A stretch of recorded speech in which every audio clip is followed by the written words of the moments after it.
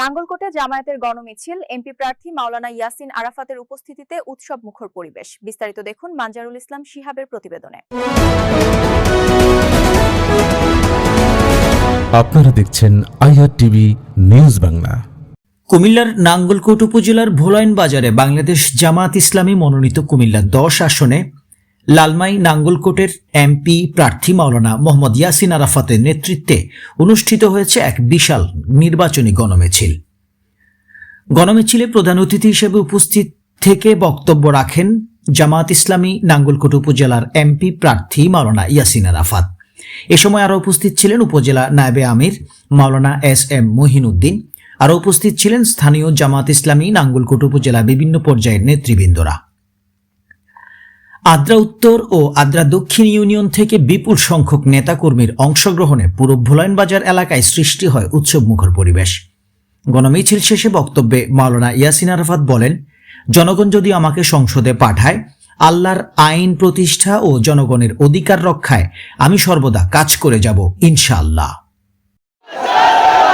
আলহামদুলিল্লাহি রাব্বিল আলামিন, আসসালাতু ওয়াসসালামু আলা রাসূলিল আমিন ওয়া আলা আলিহি ওয়া আসহাবিহি আজমাইন। সম্মানিত আদ্রাবাসী, ভোলাইন বাজারের ব্যবসায়ীবৃন্দ, বিভিন্ন স্তরের জনসাধারণ বৃন্দ, আসসালামু আলাইকুম ওয়া রাহমাতুল্লাহ। সম্মানিত উপস্থিতি, আমরা আজকে এখানে প্রচার মিছিল করেছি। সংক্ষিপ্ত সময়ে বক্তব্য দিয়ে আমাদের প্রোগ্রাম শেষ হচ্ছে।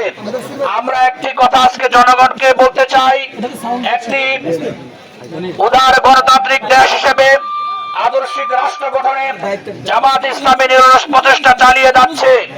ইতিপূর্বে জুলুম, নির্যাতন, নিপীড়নের পথ মারিয়ে দেশের কল্যাণে, জনগণের কল্যাণে এবং কোরআনের আলোয় আলোকিত করে একটি সমাজ প্রতিষ্ঠার জন্য জামায়াত ইসলামী জীবন বাজি রেখে লড়াই করেছেন।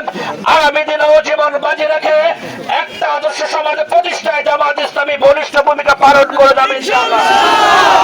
আগামী জাতীয় নির্বাচনে টেকনাফ থেকে তেতুলিয়া, রূপসা থেকে পাথুরিয়া মানুষের মাঝে যে আশার সঞ্চার হয়েছে, তারা বিএনপির শাসন দেখেছেন, আওয়ামী লীগের শাসন দেখেছেন, জাতীয় পার্টির শাসন দেখেছেন, তারা জামায়াত ইসলামীর শাসন দেখতে চায়। আমরা আশ্বস্ত করতে চাই, আমাদের দুজন মন্ত্রী 3টি মন্ত্রণালয় পরিচালনা করেছেন দুর্নীতিমুক্ত। আগামী দিনে প্রতিটি মন্ত্রণালয় দুর্নীতিমুক্ত হিসেবে প্রতিষ্ঠিত করা হবে ইনশাআল্লাহ। একটা বিষয় স্পষ্ট করতে চাই, হুমকি ধামকির রাজনীতি, কেন্দ্র দখলের রাজনীতি, ব্যালট ছিনতাইয়ের রাজনীতি, হামলা মামলার রাজনীতির কবর রচনা হয়েছে। নতুন করে কেউ যদি হুমকি ধামকি দিতে চান, কোন ধরনের বাধা প্রদান করতে চান, আমাদের নারী কর্মীদেরকে হেনস্থা করতে চান, আমরা স্পষ্ট ভাষায় বলতে চাই, প্রতিটি বাধার বিপক্ষে দাঁত ভাঙা জবাব দেওয়া হবে। আগামী দিনে জনগণের সমাজ প্রতিষ্ঠা হবে ইনশাআল্লাহ।